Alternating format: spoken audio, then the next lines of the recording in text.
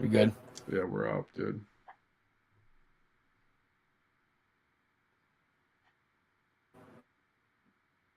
All right, boys. This is week 4, Dirtbags podcast. The first time live streaming this season, but we're on it. And yeah, we're here. I'm here in Rochester, New York, live, 11 o'clock. Nick's out there in the Tetons. 9 p.m. Shitty signal from Signal. Oh yeah, dude. We'll try to make this work. Yeah, But we're yeah, gonna week kick it off, dude. We'll week go right into it. 4. We got a tight one. We got a tight one on our hands right now this season. Week 4.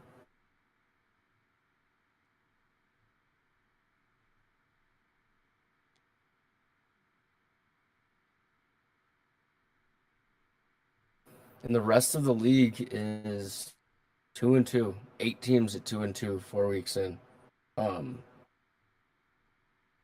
it seems very, very tight. Remember, there's like no separation at all right now, 4 weeks in. Nah, dude, I had the And opportunity to do it, but it didn't happen. But yeah, dude, Mikey got his win, evened it out. None, neither one of us is really pulling away right now after last week.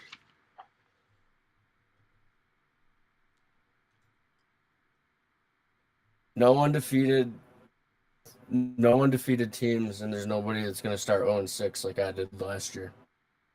Hell yeah, dude, I like that. That's good. But yeah, we'll get right into it, dude. The But yeah, first game we'll go over is Libby's Fetus versus the Gabagos. That's me and Mikey. You know what it is.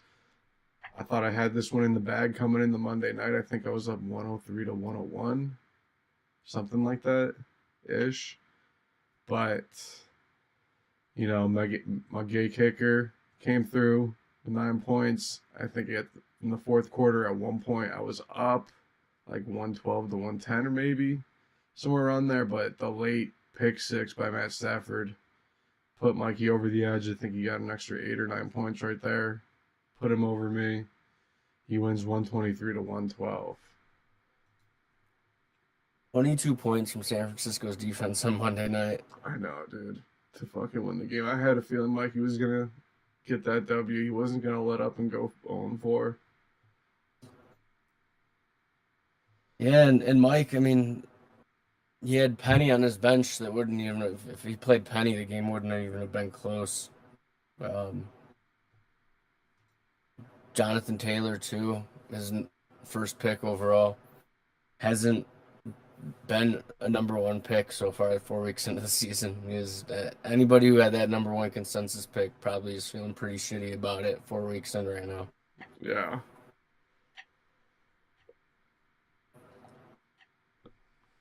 Word. Let's go over your game, dude. You also had a nice fucking close one that came down to 1 point.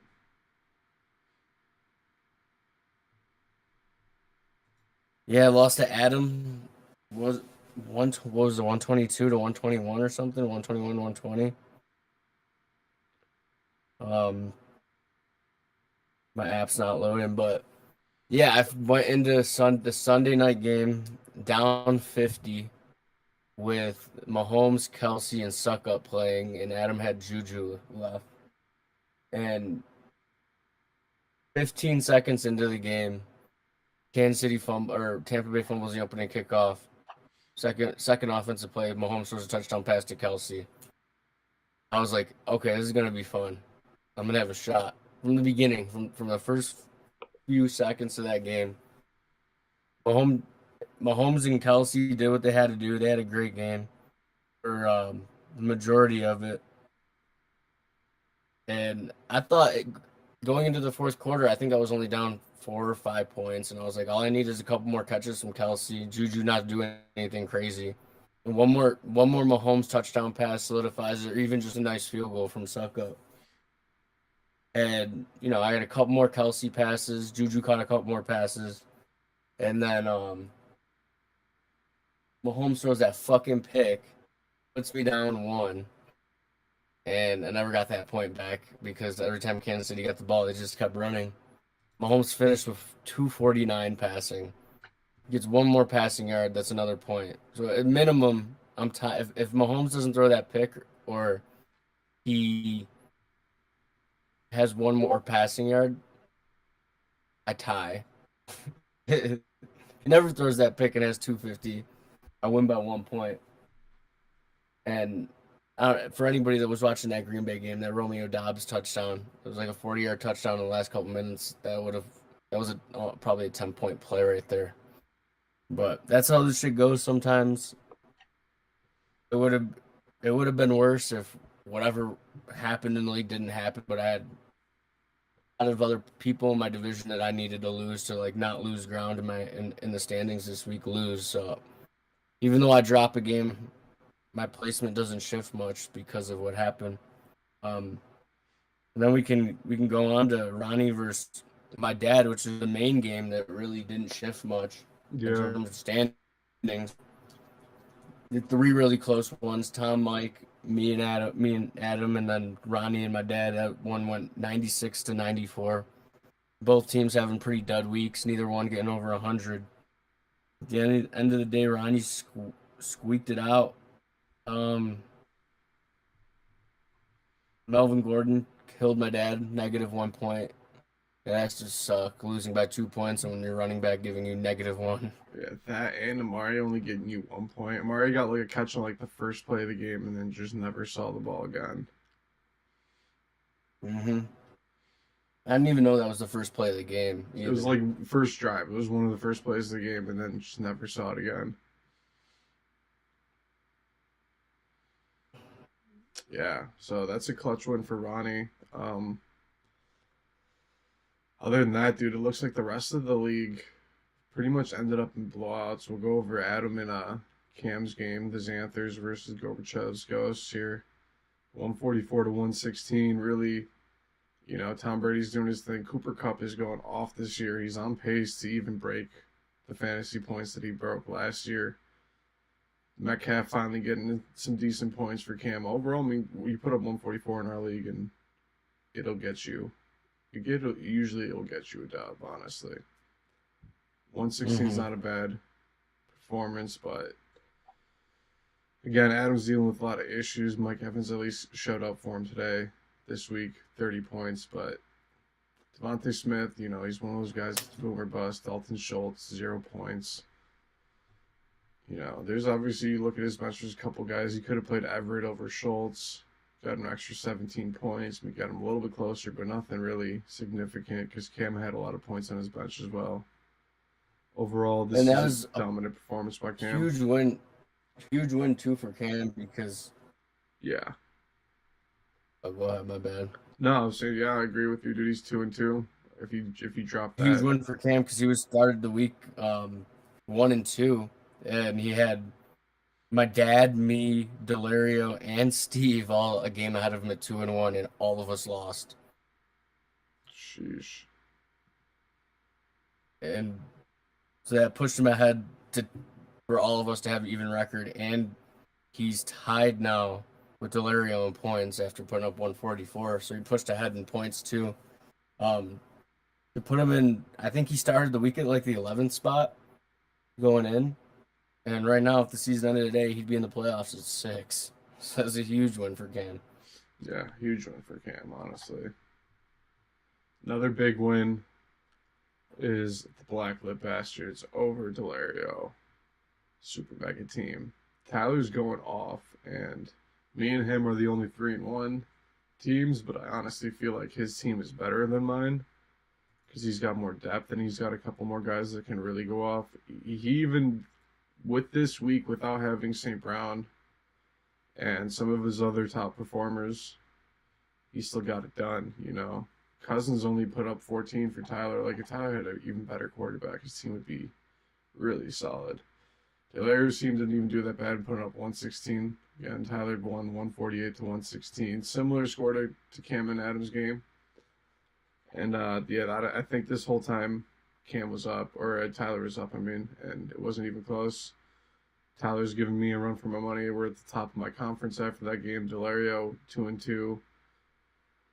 I mean, it leaves them all 5 of you guys right there, 2-2 in your conference. So could have been a good game for him to get another edge up, but yeah. And then lastly, we'll go over to what we thought was going to be a shit show of a game, but turns out to be the best performance of the year. And we have God did Brian putting up 182, beating Steve 97 points, 85-point difference. Brian was out here last week talking shit about his own team, giving up on his team, and look what he's doing. Look what Jared Goff is doing for him now, putting up 38 points.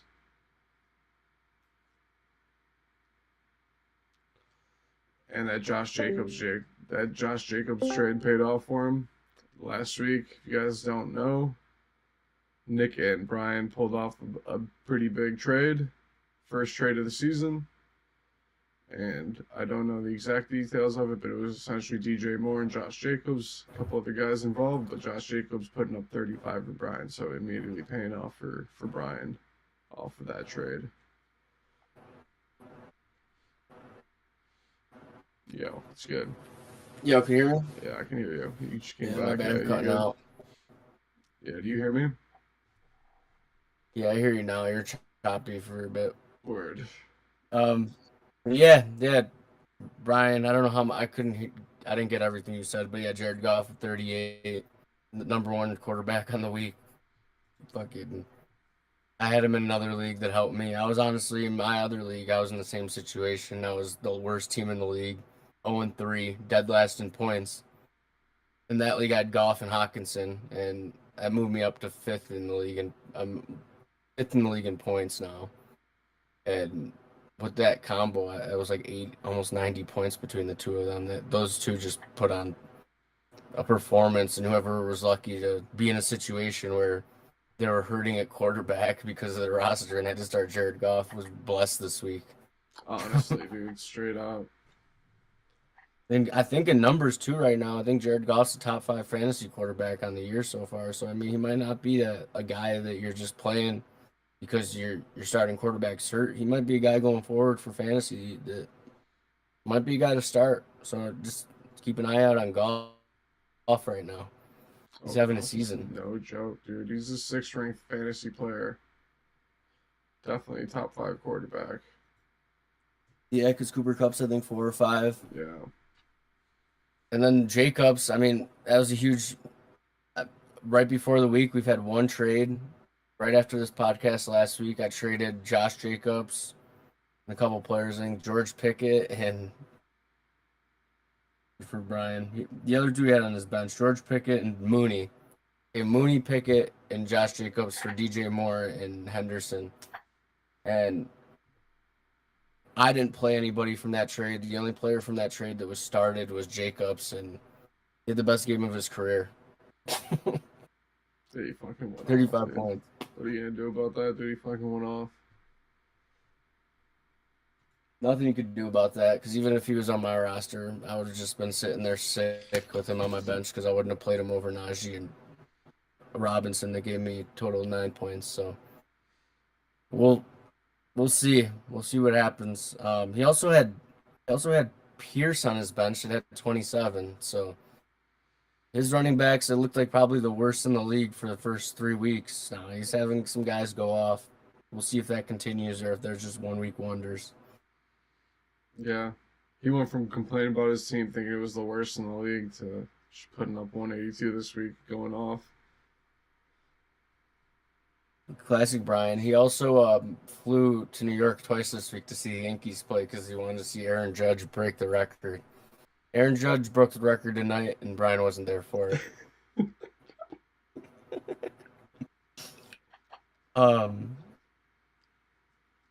And if we can all, whoever tunes in, we can take a league vote. If we think Brian's real, yes or no. Put in your votes. Is Brian a real person? Dude. He's not, dude.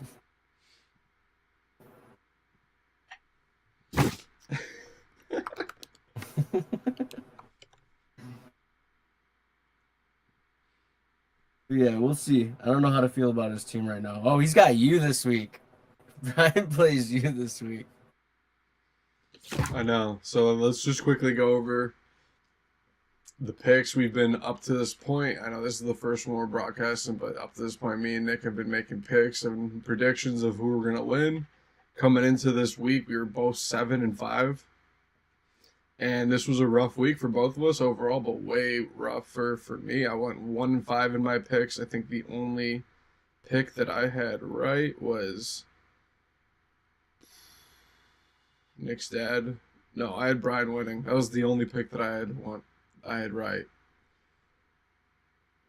And the team picks that we had, me, Nick, and Adam, we all lost on last week. So coming out of this week, Nick is now 10-8, and I'm 8-10 for picks on the season, predicting people. I don't know what we got going on, but we'll have to have some sort of bet for what we got for picks at the end of the year as we're going through all this. Eventually, we'll have some power rankings and playoff predictions, but yeah, we'll go over the next week's games. Looking forward into it. We'll get right into the one that you were talking about, me and Brian. Yeah, dude. Fucking me and Brian, dude. I don't know if I'm ready for this, dude. I'm predicted to go 126, 114 on him, but if he puts up another 180, like, what the fuck am I supposed to do about that? I'm kind of shit out of luck if that happens. I do like some of my matchups. I'm kind of hoping Keenan Allen is back this week. It always makes me nervous when my quarterback is projected this high. Like Lamar has been going off. Obviously, he's I think the number one player in fantasy right now. But when I'm banking on 28 points as like his floor, it makes me a little bit nervous. But I think he can get it. And yeah, dude, I feel good about Mixon and Henry. Olave is pretty much my number one receiver now.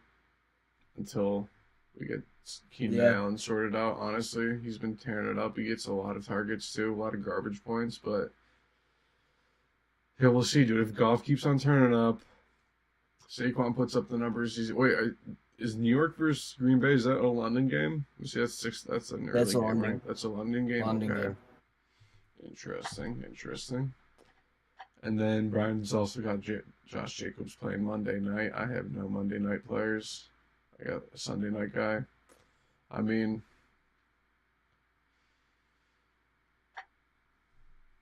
yeah, I'm going to go with me on this one.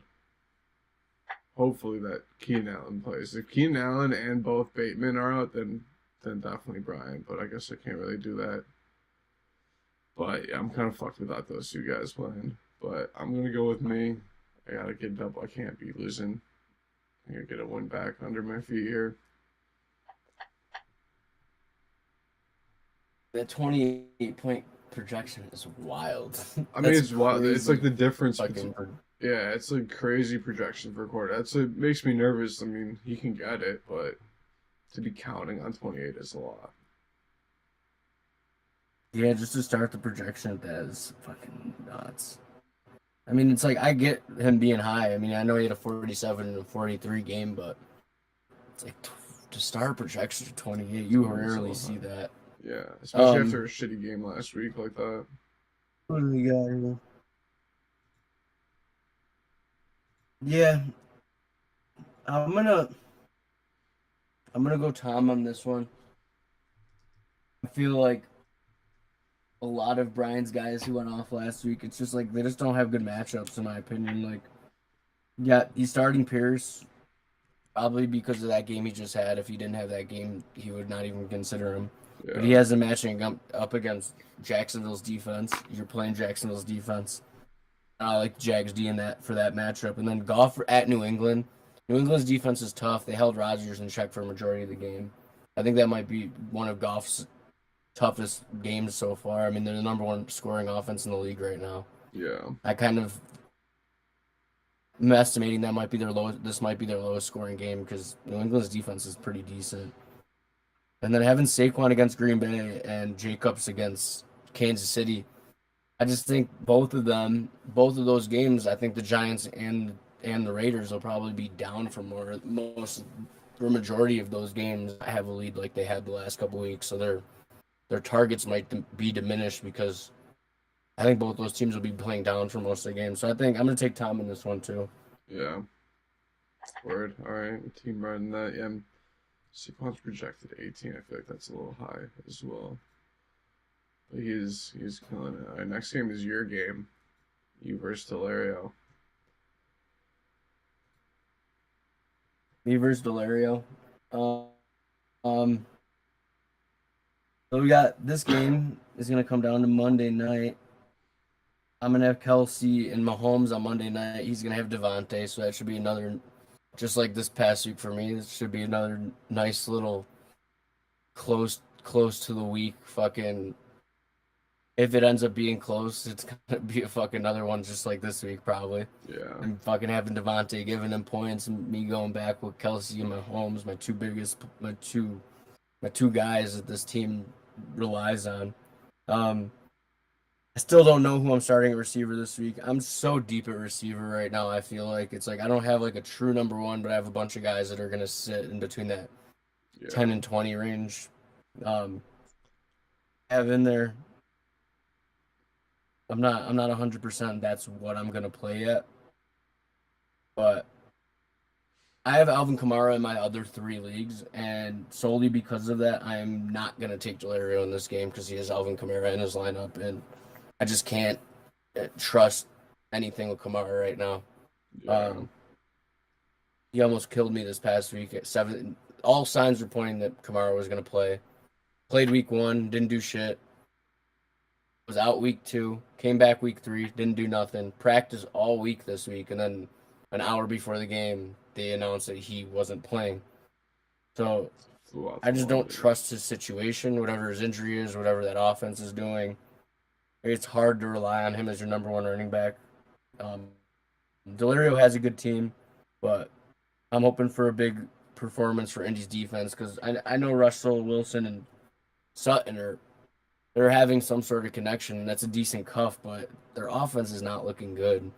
And if they have a average to shitty game, having Russell and Sutton play for him Thursday night might set him back, or it could put him high. But I'm gonna go with that Broncos offense looking like shit. And I had a dud week this week, but I feel really good about my team in this league. I just think I have one of the strongest fucking rosters. My biggest problem is how deep I am. I just don't know who to start week to week. I have so much. My bench are starters, and unlike my other teams, I'd probably start a lot of guys on my bench on this team. So I'm gonna take myself in this game. I also just really love having Mahomes and Kelsey just finishing off the week for me. Whenever that happens, I feel good about it.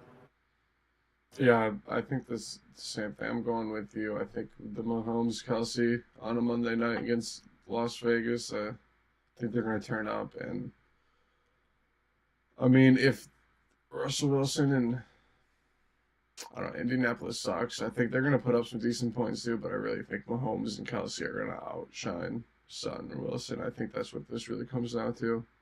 I think these other guys are going to put up some decent numbers, and especially if Kamara doesn't even play like you're saying, then the layer is definitely fucked. But I have you on this as well. I like that. Do we both want Yeah, we're both on the same. ourselves and each other? Now we got the Battle of the Atoms. Battle of Adams, nice. Yeah, right now Buffalo Bills are projected 127. And, Adam Buds is projected 119. Word off. So weird it says that. I noticed in like the last couple weeks too, and whenever you say the projections, it's so weird because it's always like a point off of what it says for me. Yeah. It's like it says in their game for me, it says 128 to 120. Yeah, that's weird. Yeah, but I mean, right off rip, you want to take the Buffalo Bills. Adams been killing it. Seems to be putting on a lot of points, but this is another situation like what I was talking about with Lamar, where Josh Allen's projected 28 and Stephon Diggs is projected 23. Like, them together, those projections are really high. And not that they can't get it, but for projections, that's pretty high. They've been both doing pretty well, but this is a big game for Buffalo. They squeaked that win by Baltimore. That was big. But fantasy wise, Diggs didn't do much the last 2 weeks, and Allen also, he hasn't been terrible. He got 25 last week, but Pittsburgh, this is a big game for him. They can come out and show up these last 2 games before their bye week. And that's really what this team is built on. Adam's team is built on the Bills. He's got Zach Moss on the bench as well. Zay Jones, former Bill, on the team. Drafted Sammy Watkins as well. So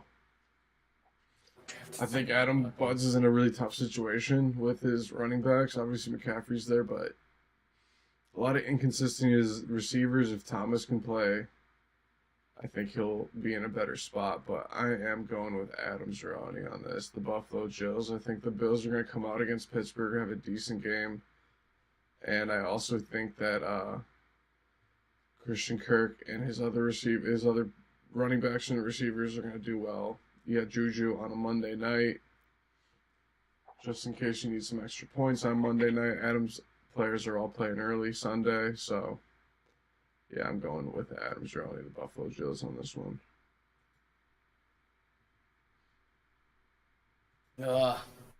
Same shit, yeah. It did let me down last week, though.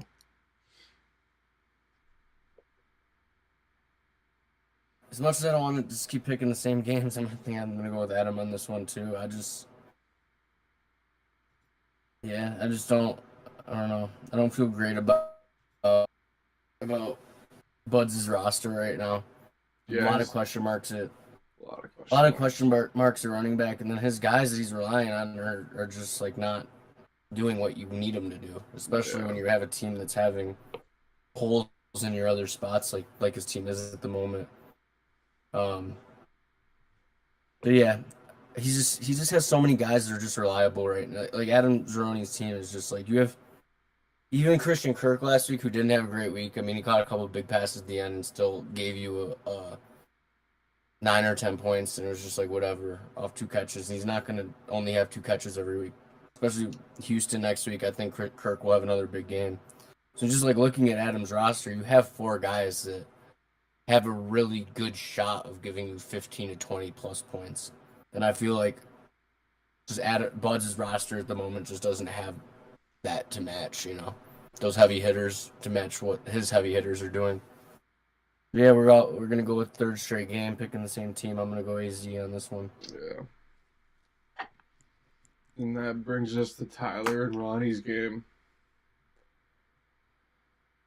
And I'm already looking at it right now. We got Ronnie projected 123, Tyler projected 118. Really, the difference in that is pretty much their quarterbacks. Cousins is projected 20, Burrow's got 24. That's essentially the difference. It's a 5-point difference, but that's the 4-point projection difference is how good their quarterbacks are going to do. And you got Burrow against Baltimore and Cousins against Chicago. I like the matchup better for Kirk Cousins, honestly. Mm-hmm. This is tough, though.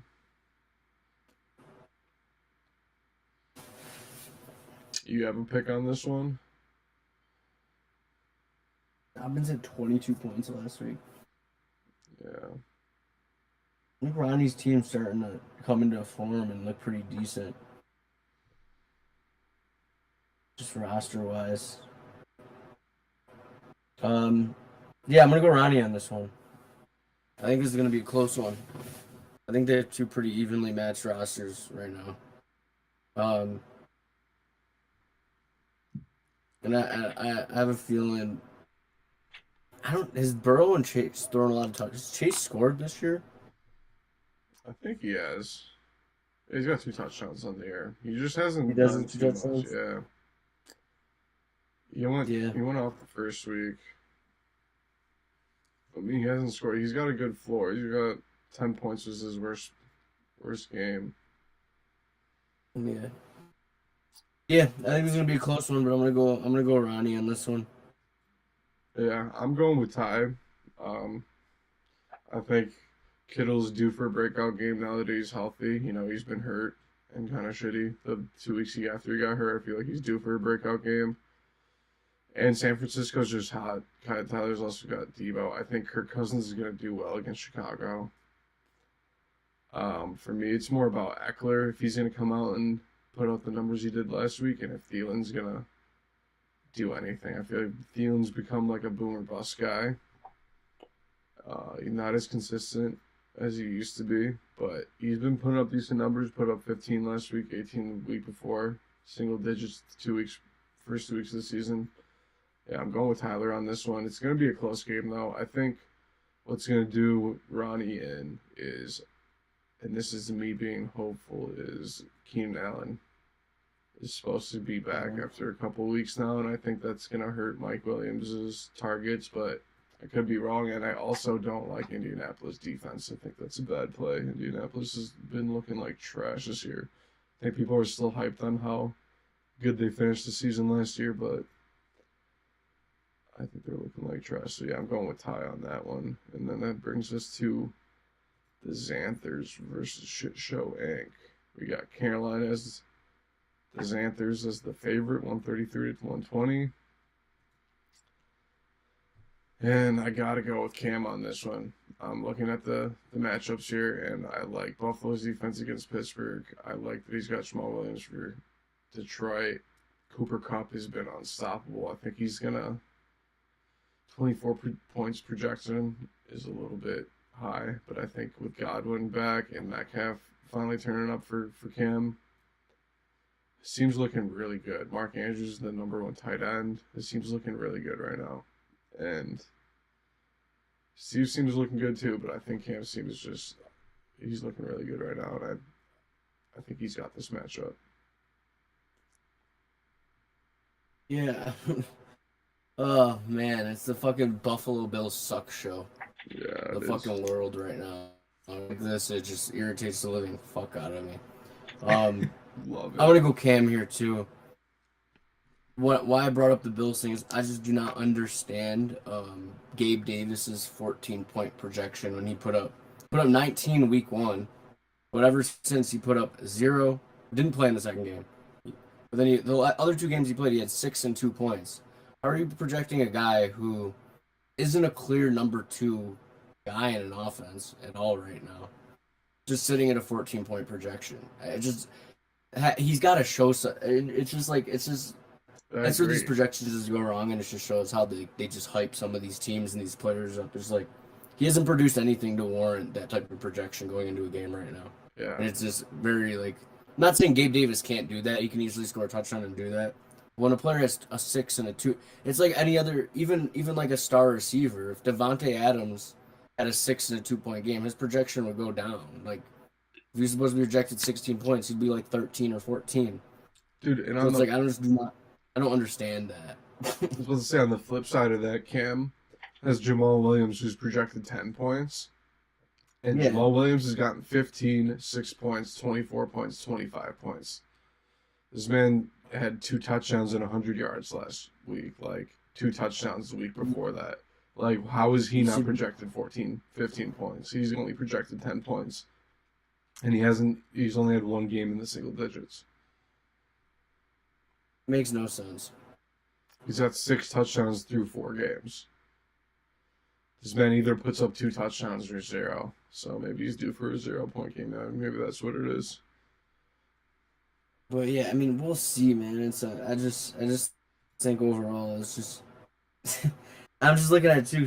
So Steve has Isaiah McKenzie on his bench, another Buffalo Bills receiver on the same team, who's questionable going into this week, but is projected 8 points, and his stats are 9, 5, 20, and 12. Yeah. So how are receivers that are on the same exact team in the same exact offense? One guy has over 20 points more in him on the season, projected that much less. And that's where it's just like, I don't know. It could, like I said, and that's why it's like after Stephon Diggs, anybody in Buffalo's offense is a weary start because they can go off for you or they could have 2 points. Yeah, I agree. Yeah, I mean, Cam his guys are just all starting to hit their strides. You have Jamal Williams, Miles Sanders is starting to play really good. Metcalf went off. Cup is Cup. And then you have Godwin coming back now. Cam's team is just looking. Is he the most? He might be the highest projected team going into the week. Yeah, Yeah, he's got 134. 130 something. Yeah. No other team right now is projected over 130 points. Cam seems on fire right now, and if he can ride that wave, I think he'll win that game this week.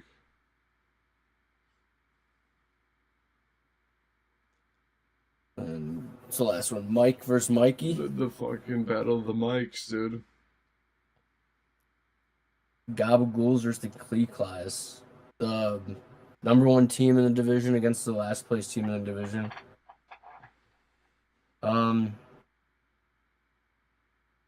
Both of these teams are interesting. I'll tell you, Very I'm going with interesting. Mikey here. I'm looking at your dad's team, and I think a lot of these projections for these players are too high. I don't think Herbert should be projected 25. I don't think Cooper should be projected 14. Jefferson, although he could go up for 22 on Chicago, I just don't. I think that's a little bit high. He's been going off, but he's kind of been boomer bust. 40 point, 10 point, 3 point, 31 point. So we'll see. I think your dad's got a good play in Melvin Gordon this week. If Melvin Gordon's actually healthy, even though he had a terrible last week, he's got a lot of hype because of Javante's injury.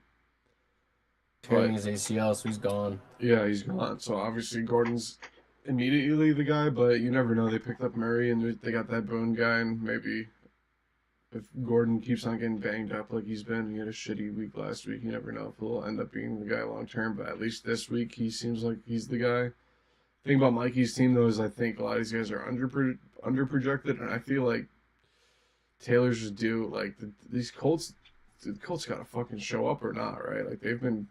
Taylor might not play. He might not play. I know They play the Thursday night game. I know, and that's big because Mikey might not even notice that.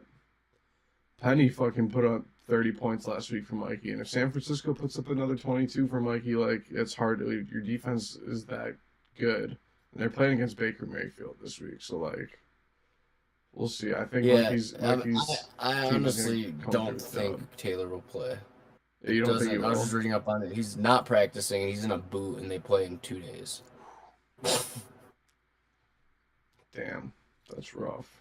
And even if he does play, are you even actually confident?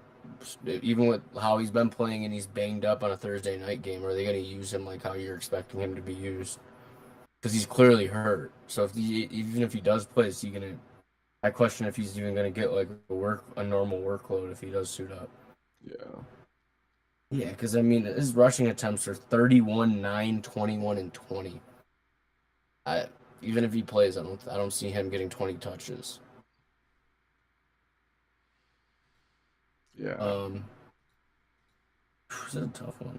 I think I'm gonna go Mikey on this one. I don't, even if Jonathan Taylor doesn't play, I feel like you have a competent guy you're comfortable with just throwing in right now. The way Penny looked last week, it's solidifying himself as their starting running back.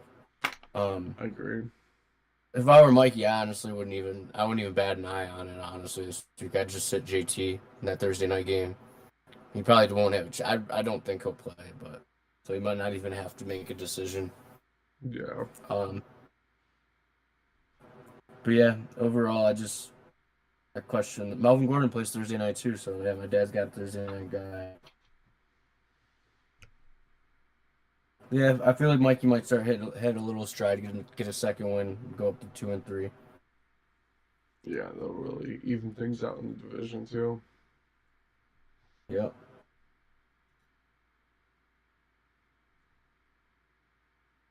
Yeah, that's about it. That's a preview for fucking week 5. Oh, who'd you take in this one? I didn't hear. Oh, I said Mikey. Yeah, I'm taking Oh, Mikey. you're taking Mikey's one. I'm taking Mikey because I like his team. Even with Jonathan Taylor out, I just feel like a lot of the players on your dad's team are over-projected, but they could prove me wrong. I mean, I want Amari to do well, but he's just been... I don't know what the fuck is going on in Cleveland. He's just not getting the ball. And Herbert is like playing with a broken rib. Like, I don't know how he's projected 25 points, but Amari's Amari, man. Any Cowboys fan gets it. Two huge games, 220+ games. Like I have him in a league, I didn't play him the first week, and then I don't even think I played him the second week. And then Yeah. it got to a point where it's like, all right, you got to play Amari. He's looking like you can't put a guy that's consistently scoring touchdowns, every game. Or Jimmy at 20 something points, and then he disappears. That's just Against what Atlanta Amari Cooper too. does, Against and a that's just shitty what team. you get with him. Yeah, against a shitty team like Atlanta too. Yeah, I mean, I don't get it. but I straight up just don't get it. But yeah, so that's the projection for this week. If I had to pick a game of the week, I'd probably go with me versus Brian because Brian's coming off such a freaking high game, and I'm coming off a loss. I can't go 3-2. Then me and Brian would be tied. It'd be such a shift in the entire league. I gotta keep this win streak alive. I'm just looking right now. Or the Battle of the Mics. That's another big game. That's pretty much the same shit, but on the other end. Yeah, I'm gonna go with Battle of the Mics. Yeah, right. That's pretty much the same thing. Um, yeah, I would even just.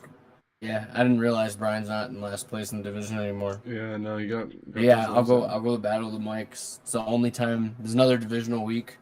Um, after first 2 weeks, we played your team in your conference, and then it was 2 out of conference games. Now we're back with the conference game. Um, the week 5 conference game is you don't play this person again. It counts as the same as the people you play twice, but you won't see them again. So these games matter too for head to head. You get in the playoffs, you only played that guy in your division once, um, and dad and son play each other once. So one's at the top of the table, the other's at the bottom of the table. Oh I'll yeah. probably be more focused on soccer this weekend. So we'll see. But yeah, it could shift. That could shift a lot. That could shift a lot of things. I mean, really, right now, it's hard to pick. It's hard to look at a game of the week right now at this point in the season. The way this fucking league works, the way this league shaped out after 4 weeks, because it's like every game's game of the week. Everybody's a game behind or tied. I know So it's it's like, close, dude. It's real but this is close. honestly one of the closest I've ever seen any. Normally at this point, you kind of have one or two, maybe 3 undefeated teams, couple teams that haven't won a game yet. Everybody has a win, everybody has a loss. And we're only 4 weeks in. It's kind of insane how close this league is right now so early. And it's a long season. People can still pull away, but the way this is looking right now, it's going to be hard for there to be those one or two teams that are like clearly ahead of everybody else. Yeah, I dropped the ball. I should have got that dub last week, but hey, man, it's still early. I could lose a game here, and then I'm right back to the middle of the pack. And then we play each other next week. Yeah, and then we'll be right pushing up the mid-season. Because I feel like we'll start doing power rankings maybe like week 7, maybe like once we're Yeah, week 8, maybe week 7. we could do it. Maybe after next week. Yeah, Maybe after next week, because then we'd have played 3 conference games and 3 non-conference games. yeah. I think 6 weeks fair. in. Once we have, because I feel like it's still a little bit too early. Yeah, I think after week 6 we can start doing power rankings. Oh yeah,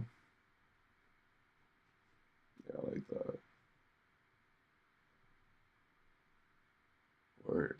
All right, well that's a solid fucking wrap up for week 5 and week 4. Fantasy overall, I feel like, yeah, solid, dude. Dirtbags. Mikey's Getting back on tight the this come year. up, dude. Um, yeah, I mean, couple surprises. Yeah, teams like Ty.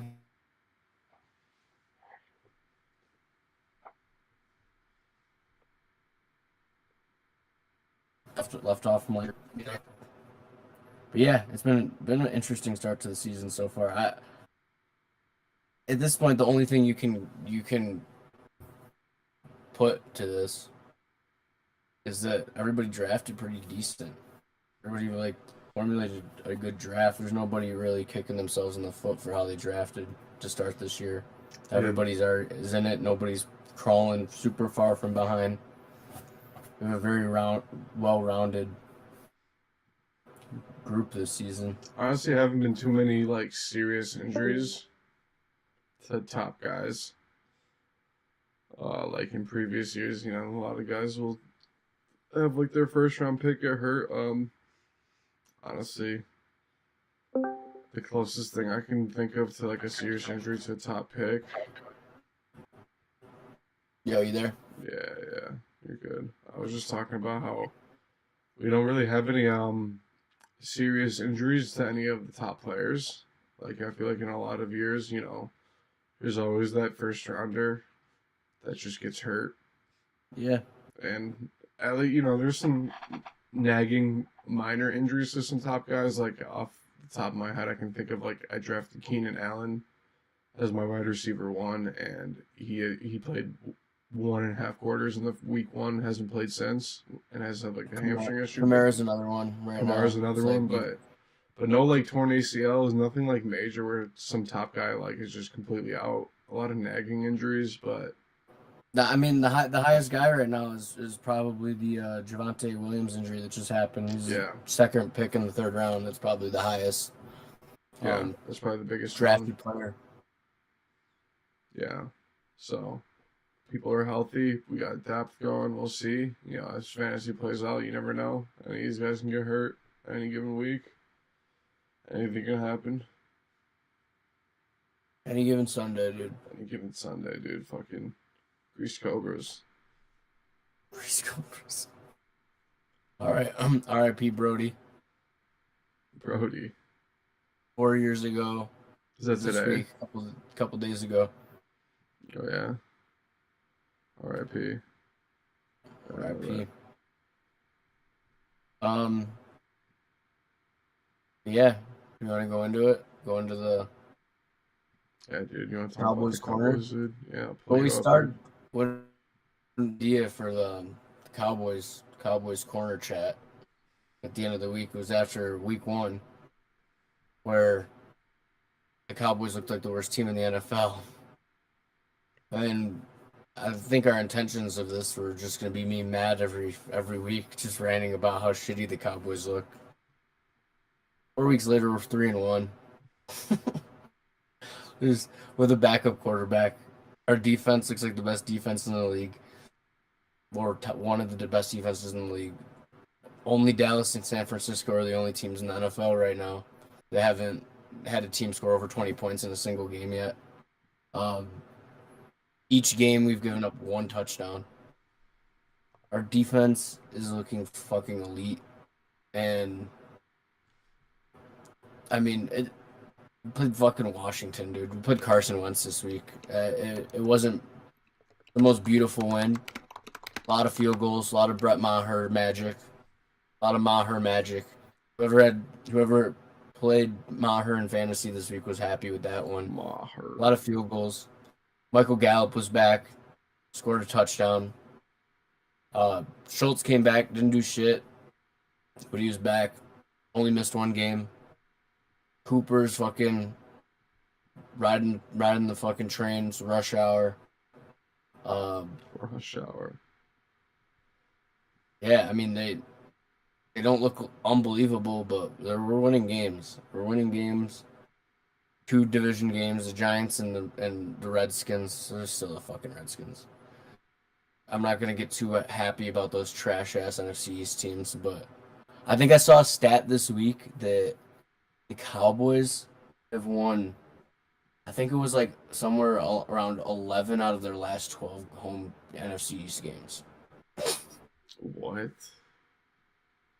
Yeah, the only one was that I think it was like 2020 when they played Washington on Thanksgiving. Washington beat the shit out of us. That's like what 6 years that they've only lost one divisional game at home. So everybody can fucking jerk off the fucking Philadelphia Eagles and put Jalen Hurts just cock in their mouths. Eagles are the best team in the NFC. I don't want to hear that shit until fucking October 16th. We went 6-0 in the division last year. I don't want to hear how the Eagles are good until we play them. Because I think Dallas is decent. I don't think we're unbelievable, but I still think we're better than the fucking Eagles. Fuck the Eagles. Fuck the city of Philadelphia. 2 more weeks.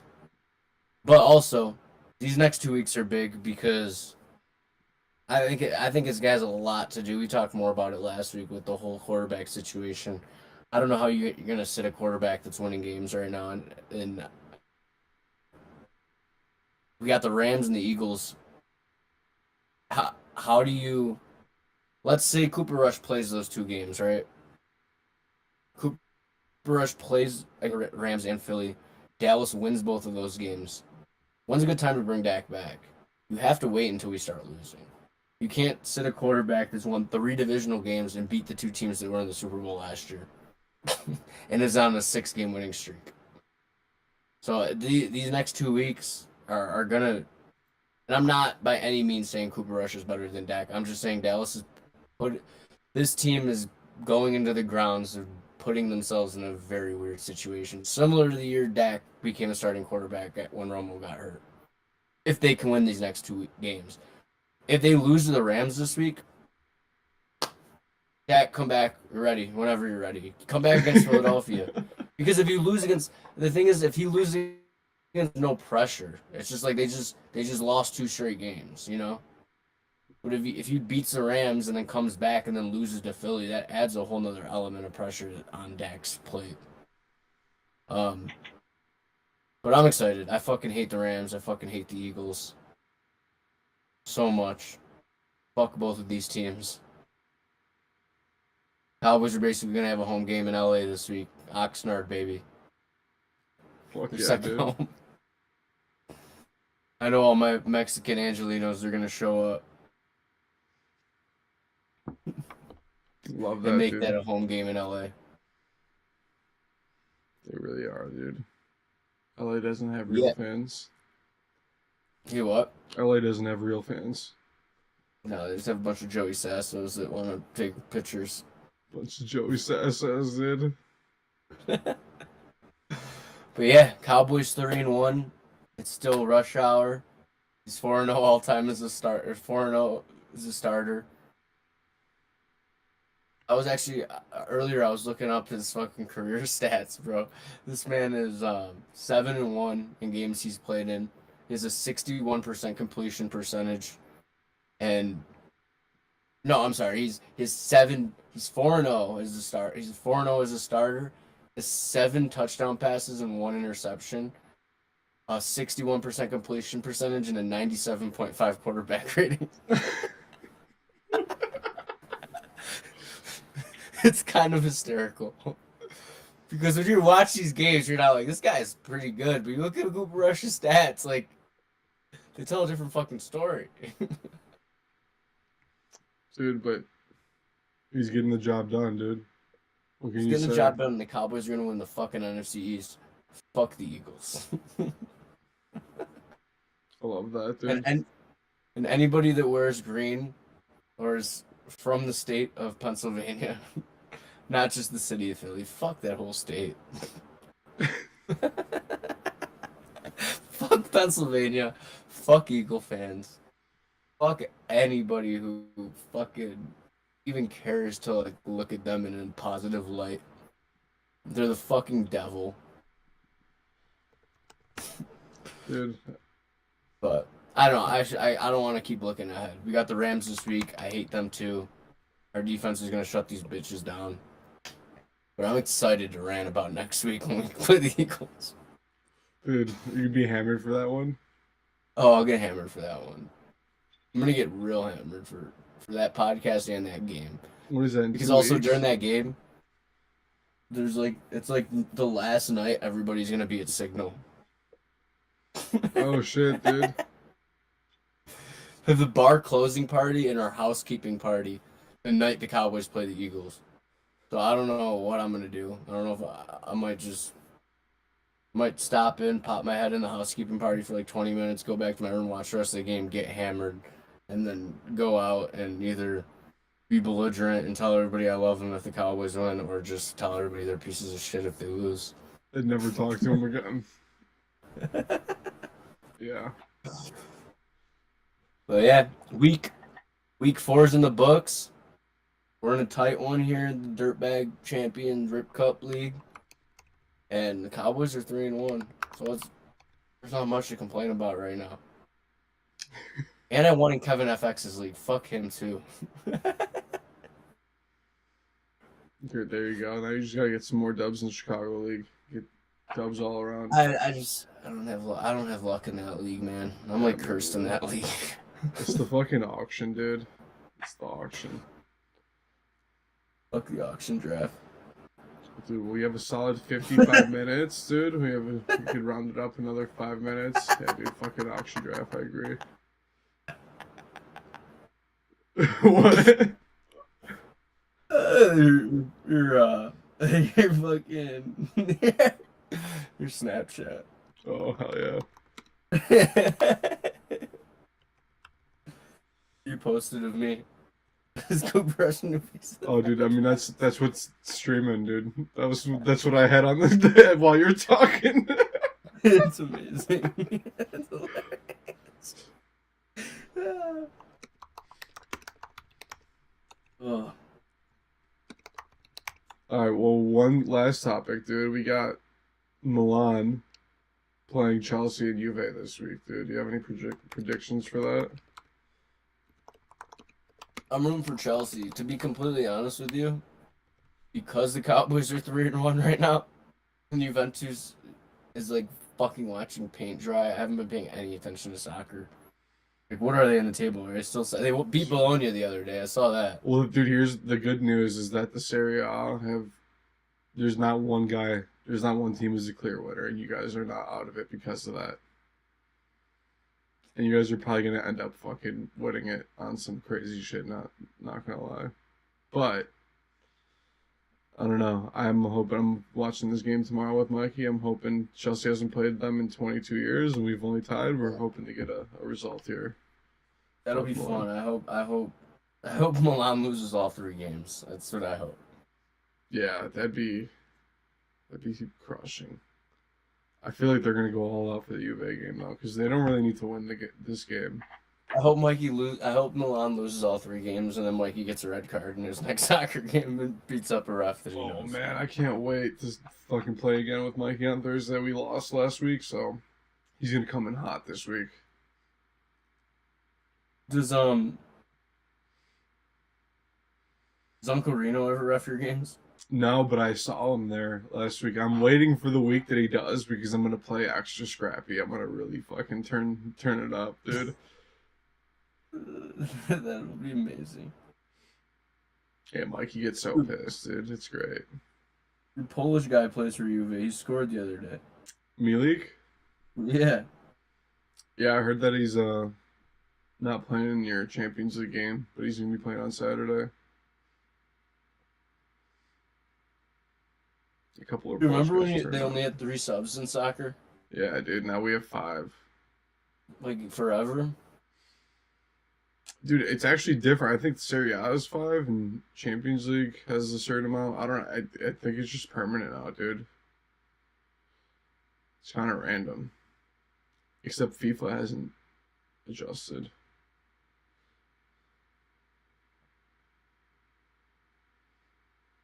That's fucking FIFA.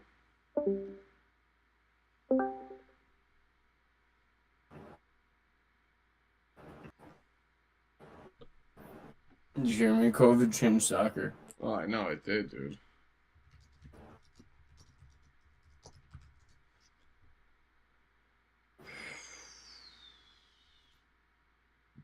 Yeah, 5 subs in the EPL.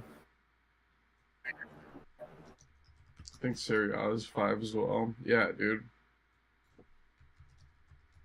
That changes everything, dude. 5 subs for soccer is a lot. You can do 6 in Champions League, dude. Oh no, 5. 6 in Champions League? It was 6 during COVID, then put it back to 5 after. Sheesh, dude.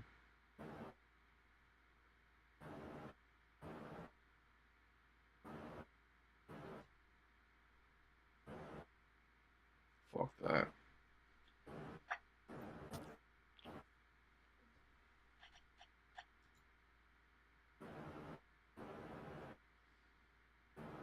Alright, well, I'm gonna wrap up this stream here.